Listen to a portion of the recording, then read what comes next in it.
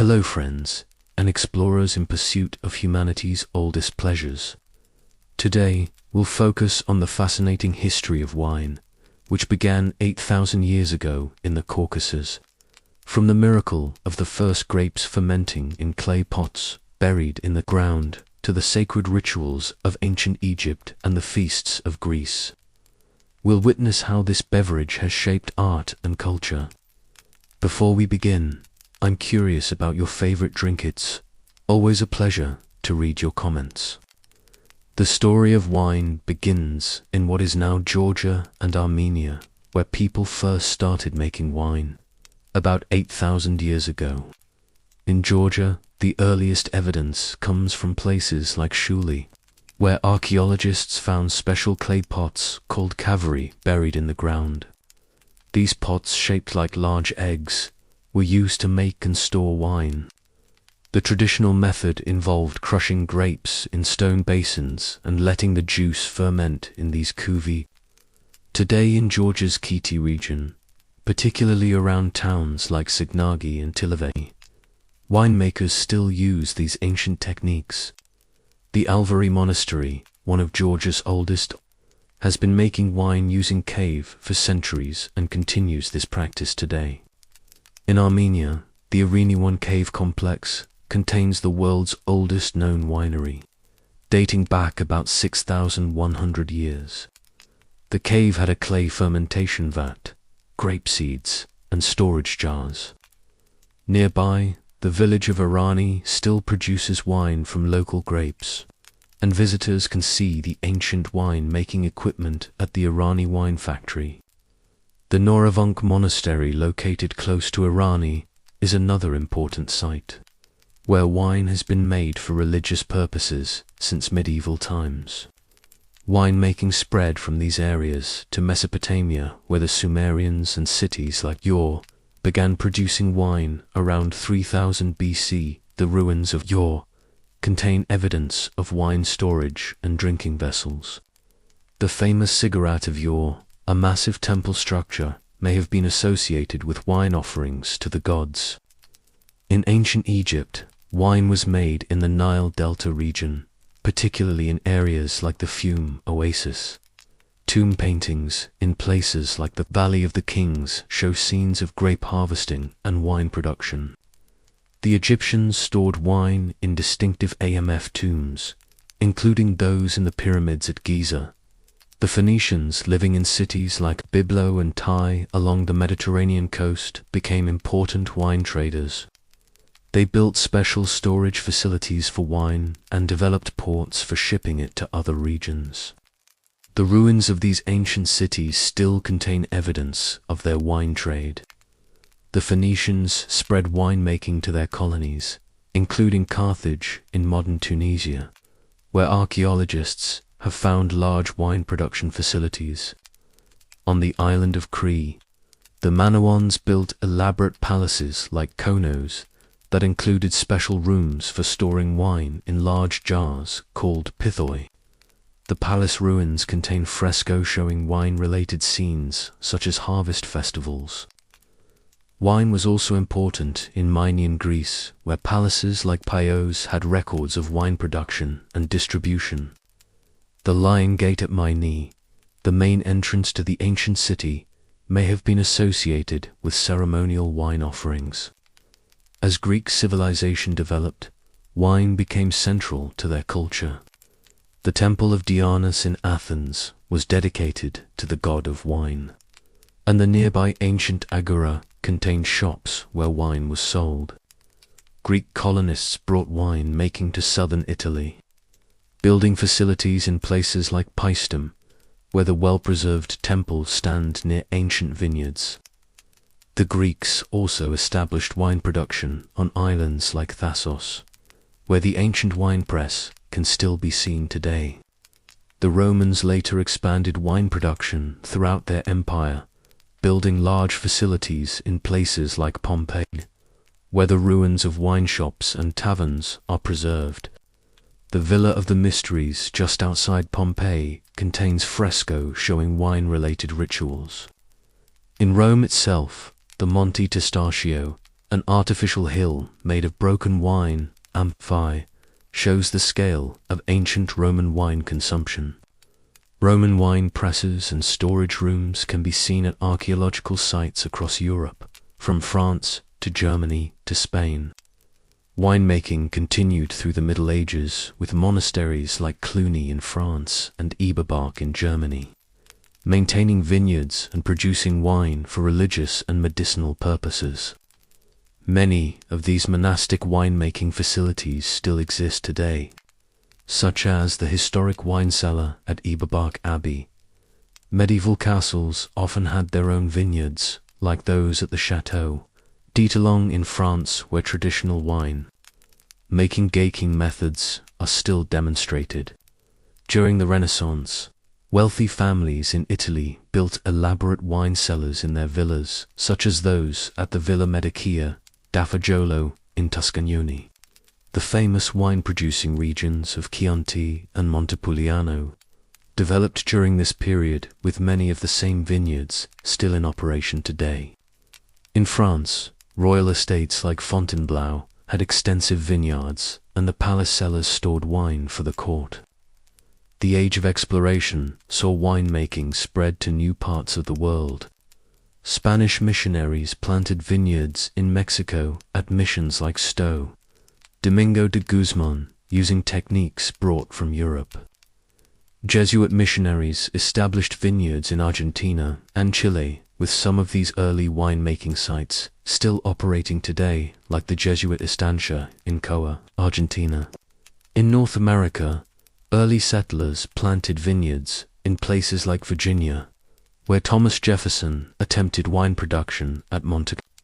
The Spanish established missions with vineyards in California, including Mission San Gabriel Archangel, which still maintains its historic winemaking tradition. Later, immigrants from Europe brought their winemaking knowledge to regions like New York's Finger Lakes and Ohio's Lake Erie Islands, where some of the original wineries still operate today. The Industrial Revolution brought changes to wine production with new technologies, like mechanical presses and glass bottles becoming common. Many historic wineries from this period still exist, such as the bodegas tradition in Jerez, Spain, which continues traditional sherry-making methods. The development of railroads allowed wine to be transported more easily, leading to the growth of wine regions along railway lines, like those in southern France. In the modern era, wine production has become a global industry, with traditional methods being preserved alongside new technologies. Historic wine regions, like Bordeaux, Burgundy, and Tuscany maintain their centuries-old vineyards and wineries, while new regions in countries like Australia, South Africa, and the United States have developed their own winemaking traditions. Many old wineries now operate as museums, such as the Chateau Mouton Rothschild Wine Museum in France, where visitors can learn about the history of wine production. After the Greeks had their fun, the Romans decided to take wine production and turn it into an industrial operation. Around Rome and Pompeii, they built these large wine factories with rows of clay pots called dolia buried in the ground. You can still see them at places like Villa Regina in Bologna. The Romans were all about efficiency, using screw presses to get every last drop from the grapes, which they wrote about in farming manuals that basically said the same things over and over about grape varieties like Amanon and Nim. The Romans were the first real wine snobs, going crazy for fancy vintages like Fernian wine from near Naples that they'd age for decades.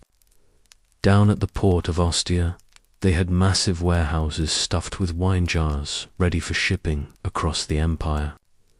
There's this artificial hill in Rome called Monte Testaccio, made entirely of broken wine jars, about 50 million of them, which tells you they really liked their wine. Wherever Roman soldiers set up camp, vineyards would pop up soon after, which is how places like Germany's Mosel Valley got started in the wine game. Rich Romans drank their wine from fancy silver cups at dinner parties they called convivia, while regular folks went to wine bars, called popinae, that were basically ancient versions of dive bars. You can still see some of these in Pompeii, with their marble counters and built-in storage jars. They had this big temple of Bacchus, near the Circus Maximus, where they'd pray to the wine god, probably asking him to cure their hangovers. Roman doctors like Galen prescribed wine for everything from stomach aches to sadness, though their medicines sometimes included weird stuff like lead, which probably didn't help much. Down in Spain, the Romans turned places like modern Andalusia into major wine factories. The area around Cadiz was pumping out so much wine they could barely keep up with demand from Rome. Meanwhile, in France, locals started using wooden barrels instead of clay jars, which was a big deal for shipping wine. Even up in Hungary, Roman soldiers planted vineyards that would eventually become famous wine regions. When the Roman Empire started falling apart, you'd think the wine business would dry up too. But the Catholic Church stepped in to keep things going. Monasteries like Monte Cassino in Italy and Cluny in France became the keepers of winemaking gaking knowledge, carefully writing down all those Roman techniques.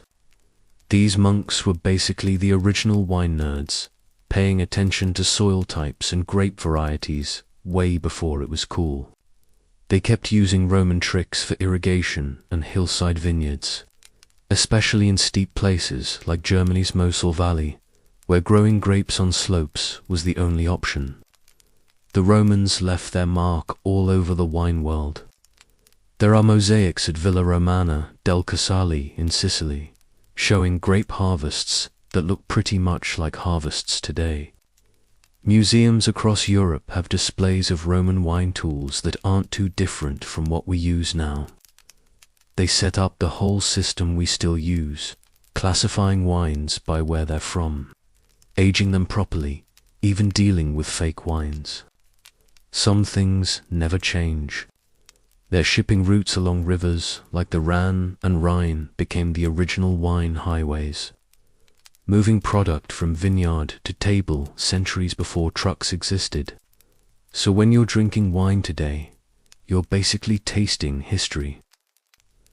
Those Romans took winemaking from small-time stuff to big business, spreading vineyards further than anyone thought possible.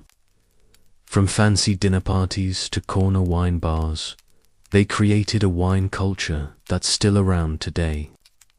Not bad for a bunch of guys in togas who've been gone for 1,500 years. The way we grow grapes and make wine still follows a lot of their basic ideas, even if we've got better tools now. Their influence stuck around through all those years when wine was mostly made in monasteries right up until modern times, when wine became popular everywhere again. The more things change, the more they stay the same, especially when it comes to wine. After the Roman Empire faded, wine production in Europe fell mostly to monasteries during what we call the Middle Ages. In France's Burgundy region, monks at places like Clos de Vaux spent years figuring out which patches of dirt grew the best Pinot Noir grapes. Their big stone winery from the 1100s still stands today, looking like a castle, but for making wine instead of fighting wars. These monks kept detailed records of their vineyards that would make any modern accountant nod in approval. Down in Bordeaux, things got interesting when Elilana of Aquitaine married the English king in 1152. Suddenly, the English couldn't get enough of that claret wine, and ships were hauling barrels across the channel non-stop. The Bordeaux merchants got so rich, they built fancy buildings around what's now called the Water Mirror Square, where you can see reflections of all that old wine money.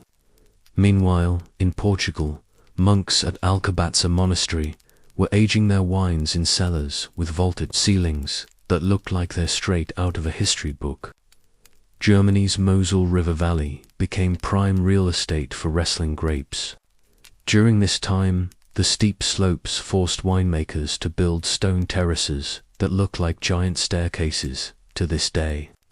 Hauling grapes up and down those things must have been brutal work.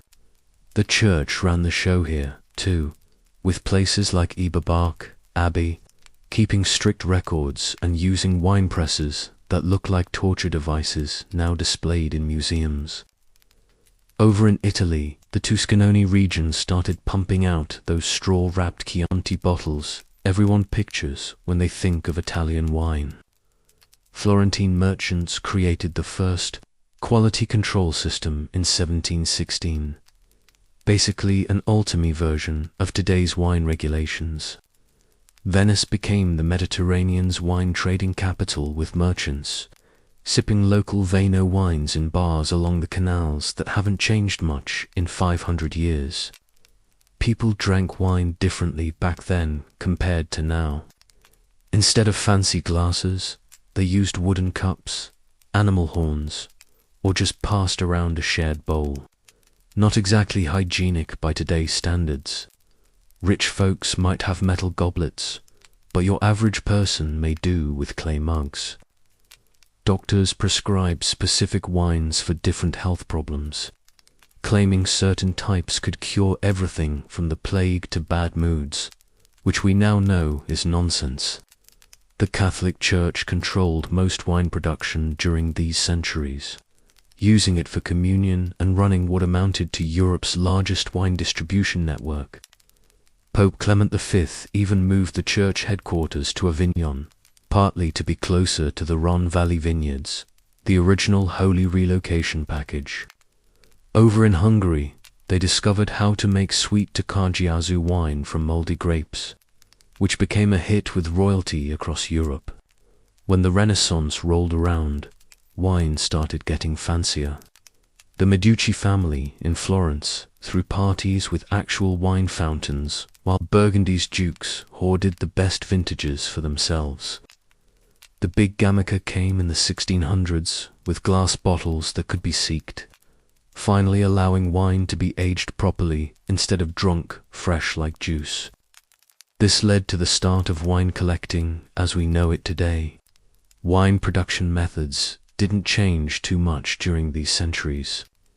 They still crushed grapes by foot in stone troughs and pressed them with wooden contraptions turned by hand. Storage improved slightly with better barrels, but the basic process remained the same from Roman times until the Industrial Age. The main difference was that monks and merchants kept better records of what worked where, slowly figuring out which grapes grew best in which locations. Trade routes expanded during this period, with wine being shipped farther than ever before. River systems like the Rhine became liquid highways for wine barrels, while sea trade brought Mediterranean wines to northern Europe. Taxes and tariffs on wine became major sources of income for cities and kingdoms, with toll stations set up along major transport routes. Some of these old wine toll buildings still stand along rivers in Germany and France. The whole system moved slowly toward what we'd recognize as modern wine culture. Regions became known for specific styles.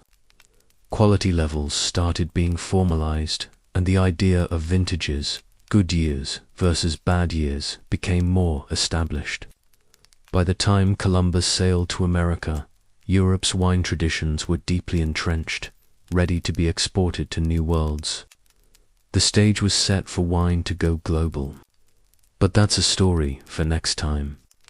For now, just remember that every time you see a wine bottle today, it's carrying centuries of monastic record-keeping, merchant trading, and royal indulgence in its DNA.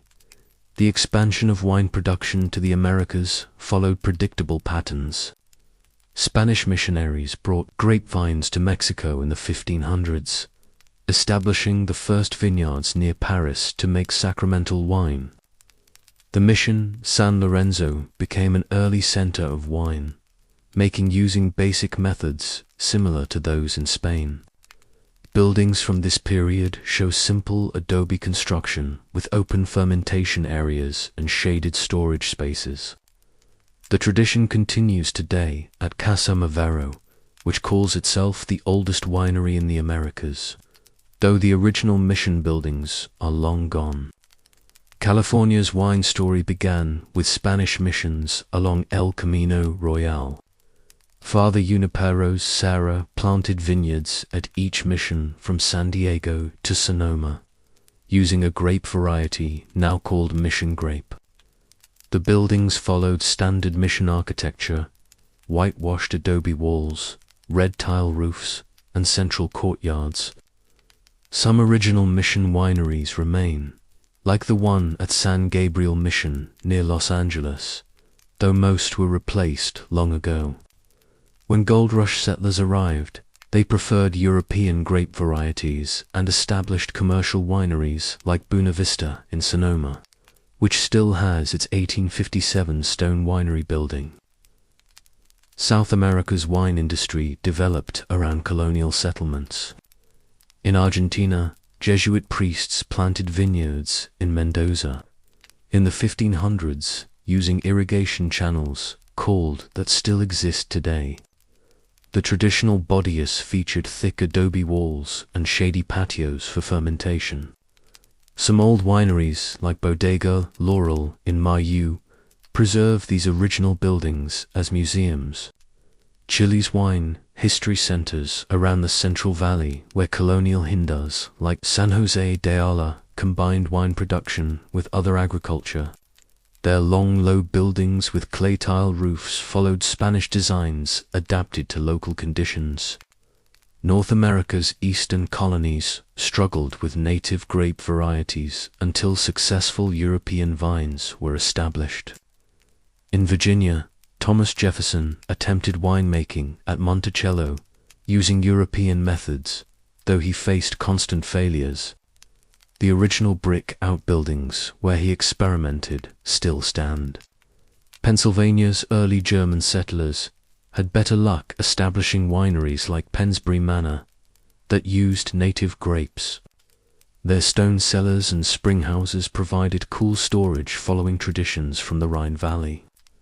The 1800s brought industrial winemaking to America. In Ohio's Lake Erie region, commercial wineries like Lawns Winery on Middle Island used local Catawba grapes. Their buildings featured limestone construction and underground cellars for temperature control. Missouri's German immigrants established vineyards along the Missouri River with stone cellars like those at Stonehill Winery in Herman that remain tourist attractions today. These Midwestern wineries shipped large quantities of wine by steamboat until Prohibition. California's wine industry grew rapidly after statehood. Italian immigrants like the Sparrow family built wineries in the Napa Valley using local stone and wood. The original Francis Ford Coppola Winery in Soma preserves this early 20th century architecture. Greek immigrants established the Santa Clara Valley wine region with wineries like Paul Masson using California Mission Revival-style buildings. The University of California at Berkeley established a viticulture program that helped standardize practices across the state. South Africa's wine history began at the Cape of Good Hope in 1659. The Dutch East India Company planted vineyards to supply ships using Cape Dutch architecture, whitewashed gabled buildings that remain iconic today. Groot Constantia, established in 1685, preserves these original buildings as a museum. The traditional Cape style combined Dutch, German, and French influences in both winemaking and architecture. Slave labor built many early wineries with original slave quarters still visible at some historic estates. Australia's wine industry started with British colonization in 1788. The MacArthur family established Camden Park near Sydney using Georgian-style buildings adapted to the climate. German settlers in the Barossa Valley built wineries like Sepsfield in the 1850s. featuring Germanic architecture with Australian adaptations. Their underground cellars and above-ground stone buildings remain in use. The Hunter Valley's early wineries like Wyndham Estate used simple timber and iron constructions suited to the hot climate. New Zealand's wine history is more recent, beginning in earnest in the 1970s. Early wineries like Mission Estate in Hawke's Bay adapted existing fruit processing buildings. The traditional New Zealand shed style of winery construction, simple, functional buildings, remains common, though some larger wineries now use more elaborate designs.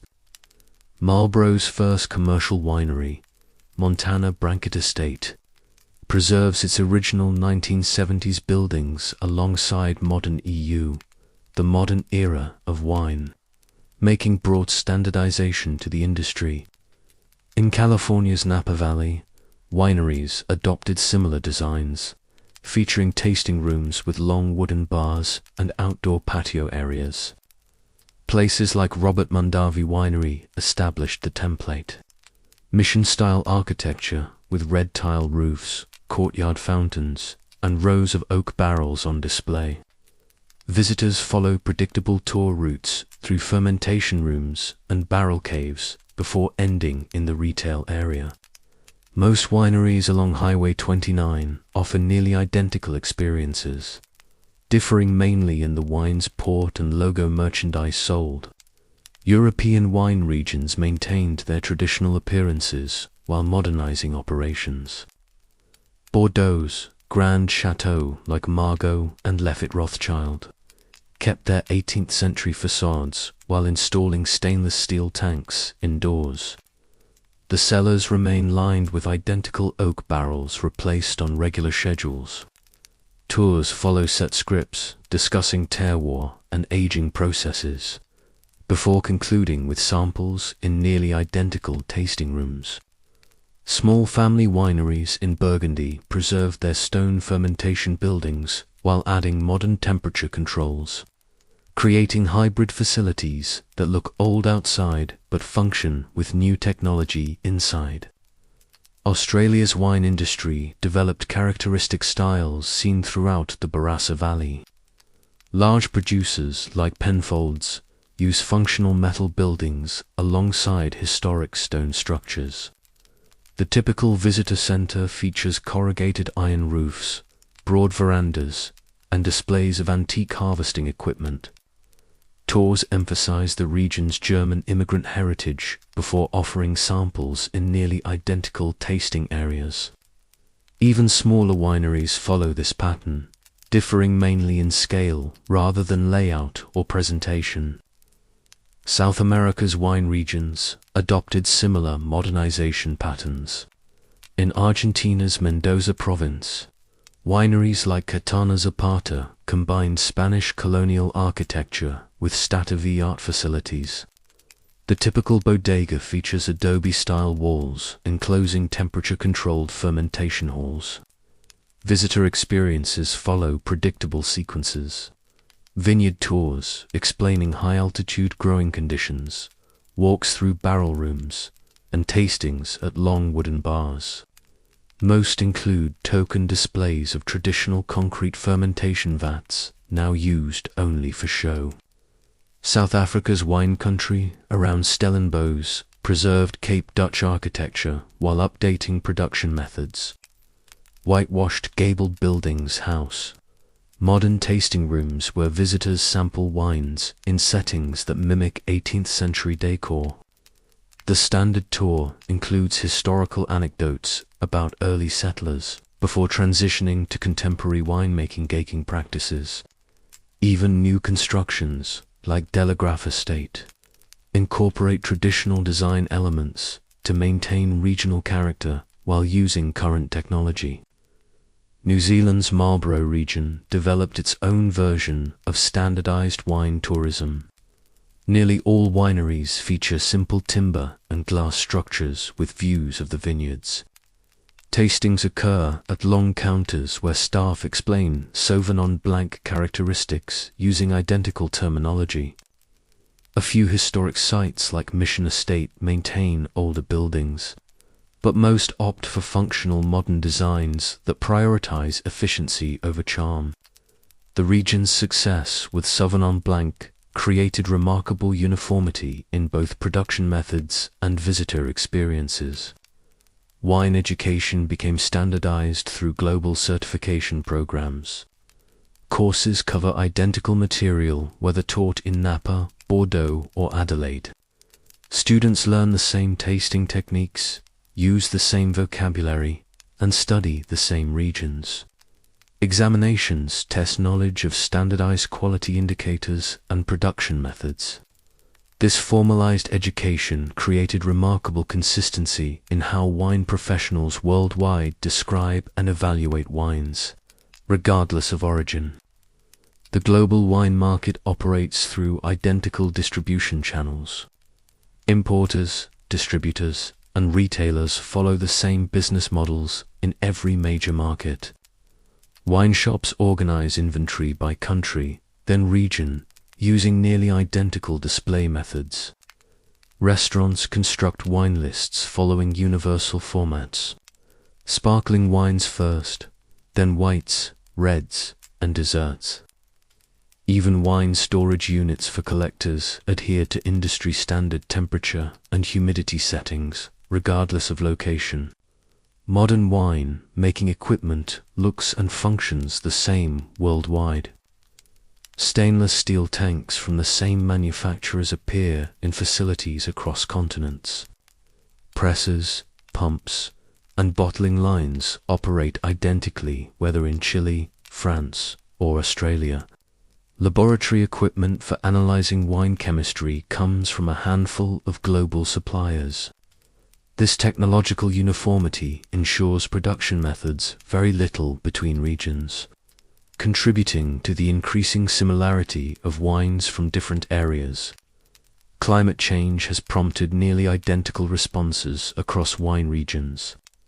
Growers worldwide plant similar drought-resistant rootex and install comparable irrigation systems. Harvest dates have moved earlier by comparable margins in California, Australia, and Europe. Research stations share findings that lead to parallel adaptations in vineyard management. The challenges manifest similarly regardless of location, as do the attempted solutions promoted by industry groups. Future developments suggest continued convergence. Emerging regions like China's Ninja province replicate established models rather than innovating new approaches. Winery architecture increasingly follows global rather than local styles. Even consumer preferences trend toward uniform international tastes. The wine world appears destined to become more standardized, with regional distinctions continuing to diminish over time. What began as diverse traditional practices has evolved toward universal methods and experiences. The business side of wine operates with remarkable consistency across regions. In California's Napa Valley, wineries follow similar pricing strategies based on production costs and brand reputation. Tasting rooms along Highway 29 charge comparable fees for wine flights, typically between $20 and $50. Staff at different wineries give nearly identical explanations about the tasting process, using standard phrases to describe wine characteristics. Retail areas display bottles in similar arrangements, with less expensive wines on lower shelves and premium selections at eye level or in special cases. Most wineries offer memberships with comparable benefits, discounted purchases, exclusive releases, and invitations to special events. French wine regions maintain traditional business practices with modern adaptations. In Bordeaux, the entre system continues unchanged for decades, with buyers sampling barrel samples each spring before committing to purchases. Chateau maintains similar price structures based on their 1855 classification rankings. Despite fluctuations in quality between vintages, The negotiant system functions as it has for centuries, with merchants handling distribution while producers focus on winemaking.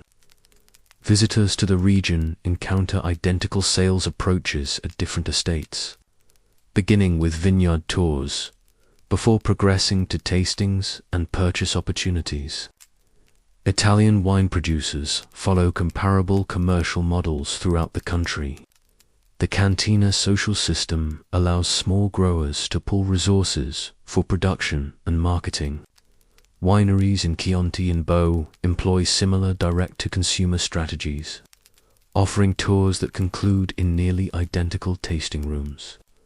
Online sales platforms use standardized formats regardless of producer size, with identical shipping options and case discounts. Even small family wineries maintain websites following the same basic templates: history page, product listings, and contact forms. Spanish wine businesses operate with remarkable uniformity across regions. Rioja's bodies employ similar aging classifications that determine pricing tiers.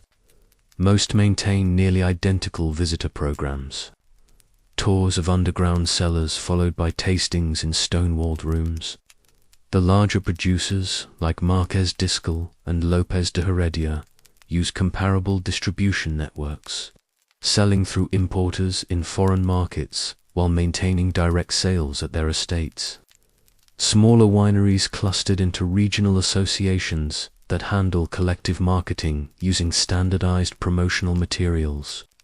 German wine commerce follows predictable patterns along the Rhine and Mosel rivers. The VDP classification system creates consistent quality hierarchies that influence pricing. Most producers offer similar tasting room experiences, with long wooden bars and flights organized by sweetness levels. Wine clubs operate on nearly identical models throughout the region, with seasonal shipments and member discounts. Even the smallest family wineries use the same label designs: tall, slender bottles with Gothic lettering emphasizing vineyard names and quality categories. Australian wine businesses demonstrate similar standardization. Large producers like Penfolds and Jacobs Creek follow identical national and international distribution models. Their visitor centers offer comparable experiences: self-guided tours ending in expansive tasting rooms with retail sections. Smaller Barossa Valley wineries employ nearly identical direct sales strategies, relying on cellar door traffic and wine club memberships. Pricing follows predictable patterns based on grape variety, region, and production volume, regardless of producer size. South American wine industries operate with parallel business structures. Argentina's Mendoza region relies heavily on export markets, with wineries using similar international distributors. Domestic sales follow identical patterns: premium wines sold in major cities, value brands, and supermarkets. Chilean producers emphasize foreign markets even more strongly, with nearly all large wineries maintaining identical export-oriented production strategies. Visitor experiences at major estates like Concierge, Ioro follow scripted routines, combining historical narratives with modern winemaking explanations before concluding in similar tasting rooms. The global wine trade functions through standardized financial systems. Letters of credit, shipping contracts, and customs documentation follow identical formats regardless of origin or destination. Insurance products cover standard risks: spoilage, breakage, and temperature fluctuations during transit.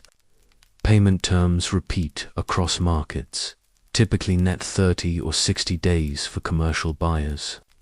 Even small wineries use accounting software specifically designed for the wine industry, tracking inventory and sales in nearly identical ways worldwide.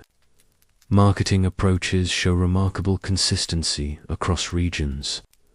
Social media campaigns emphasize similar visual elements: vineyard landscapes, harvest activities, and cellar operations. Influencers use identical tasting note formats, whether reviewing California Cabernet or French Burgundy. Print advertising follows comparable creative strategies with bottle shots, accompanied by brief tasting descriptions and awards listings. Trade show booths employ similar designs: wood finishes, backlit displays, and tasting counters arranged to maximize traffic flow. Future business trends suggest continued convergence.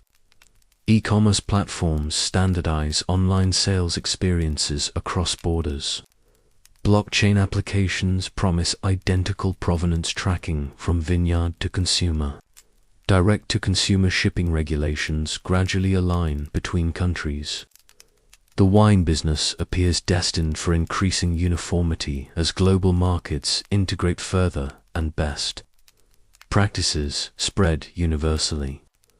Regional distinctions that once defined commercial approaches continue diminishing as standardized models dominate worldwide. Wine production follows similar patterns in most parts of the world today. In California, the process begins each year with pruning vines in January and February.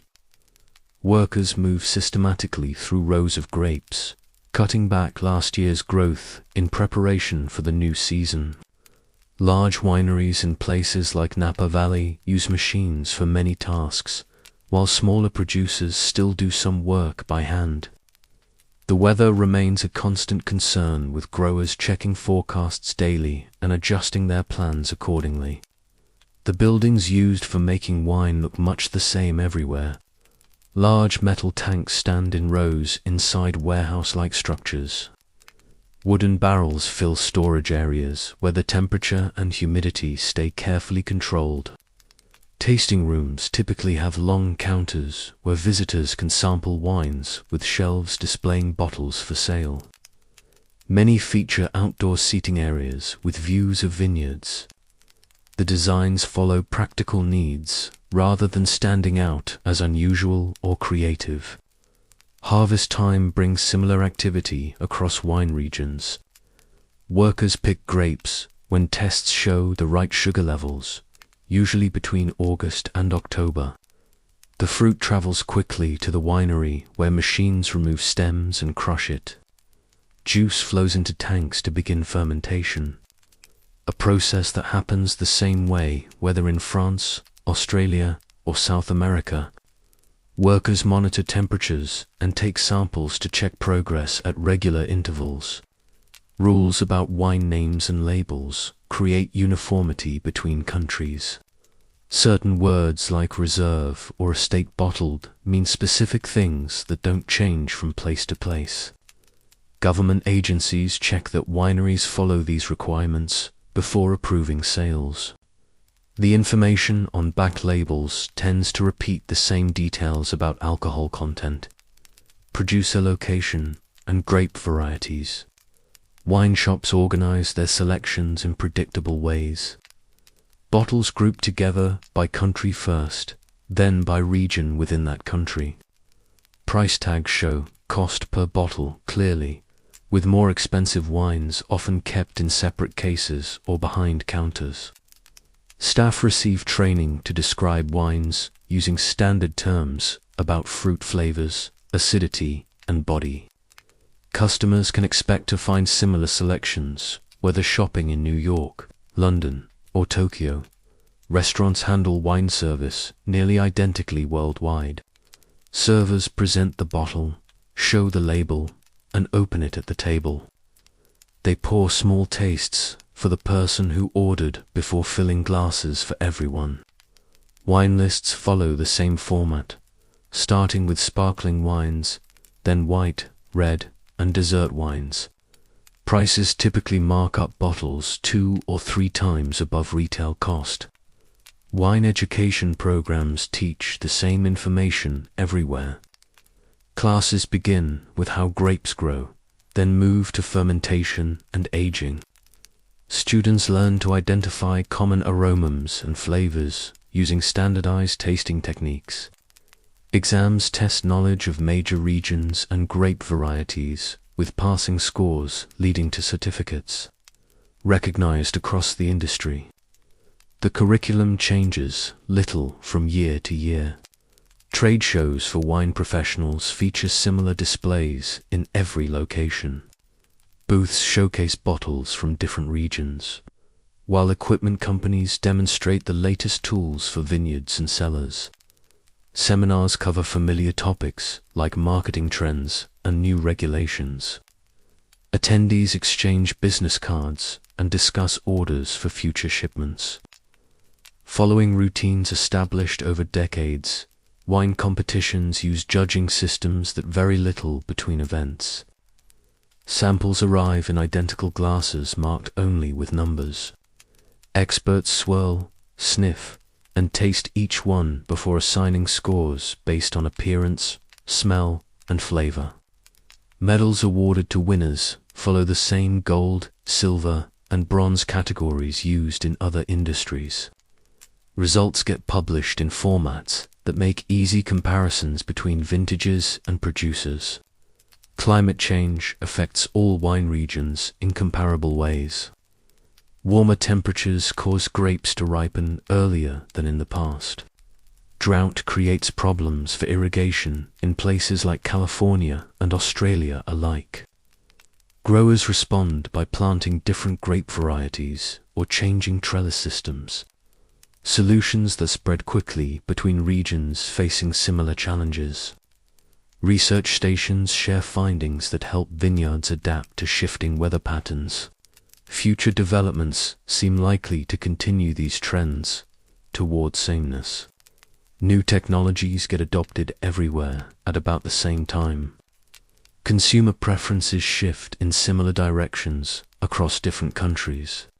Regulations become more alike as governments coordinate standards.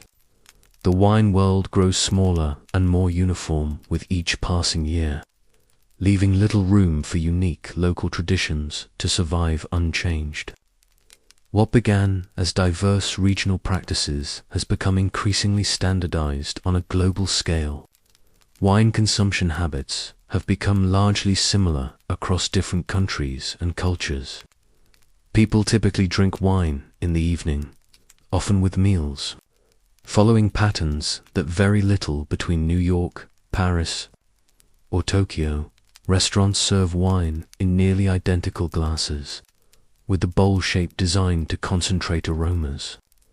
Portion sizes remain consistent with a standard pour measuring about 5-0, regardless of location. Most establishments offer wine by the glass in similar selections, usually including one sparkling, a few whites, several reds, and sometimes a desert wine. The way people shop for wine shows remarkable consistency. Supermarkets arrange bottles by country of origin, then by color, white, red, then rose. Prices follow predictable ranges, with cheaper wines on lower shelves and more expensive options at eye level or in special displays. Staff recommendations appear on small cards attached to shelves, using familiar descriptions about fruit flavors and food pairings. Liquor stores follow nearly identical layouts with additional sections for regional specialties or collector items. Home storage of wine follows common practices everywhere. Those who collect wines typically use temperature-controlled units that maintain ideal conditions.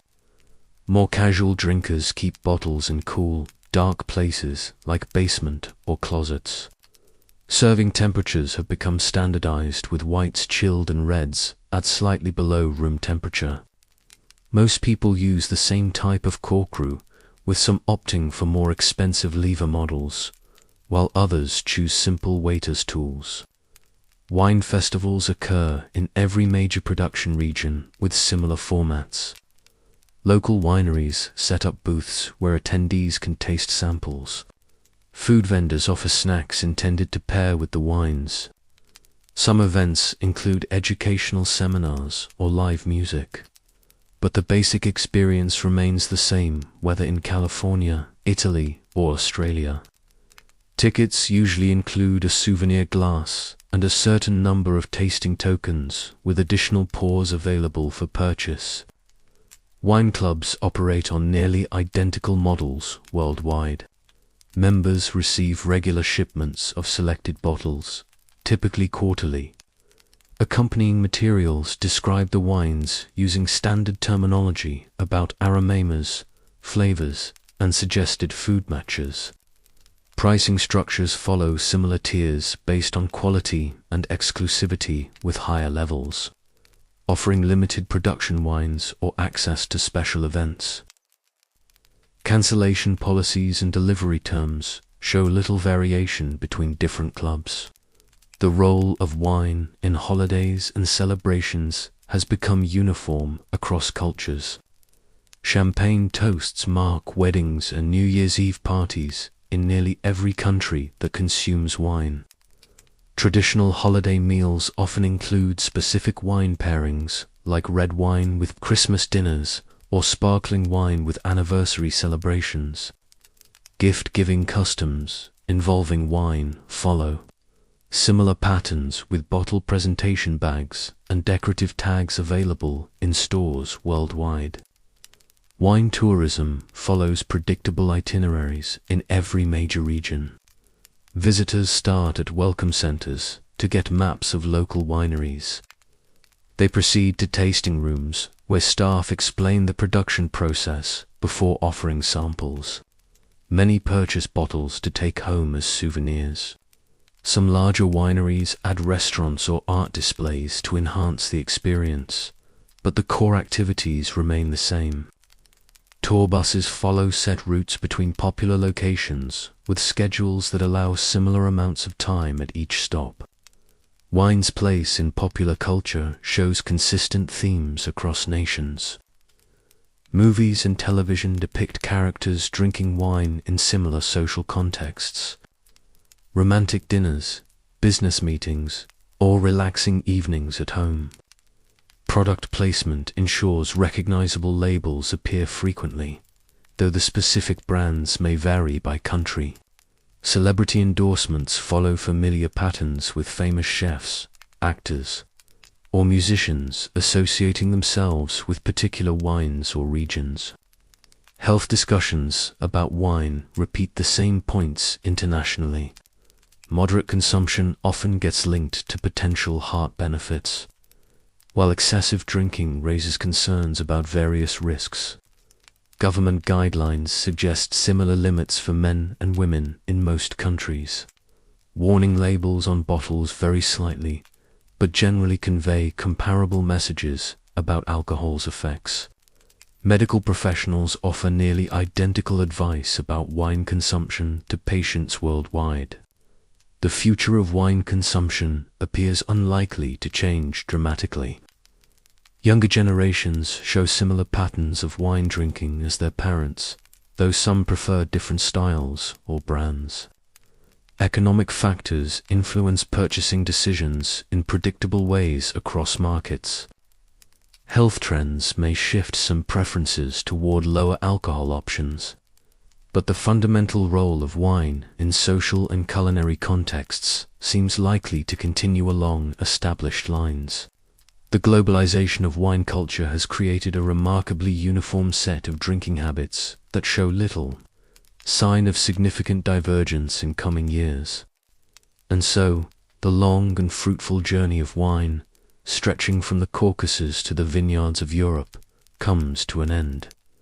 Thanks to the thousands of years of labor hidden within a single glass of wine and the passion for bottling the spirit of the land, we have learned that wine is not merely a fermented beverage, but a testament to humanity's patience and harmony with nature. Having learned this fascinating history, take care of yourselves until our next journey.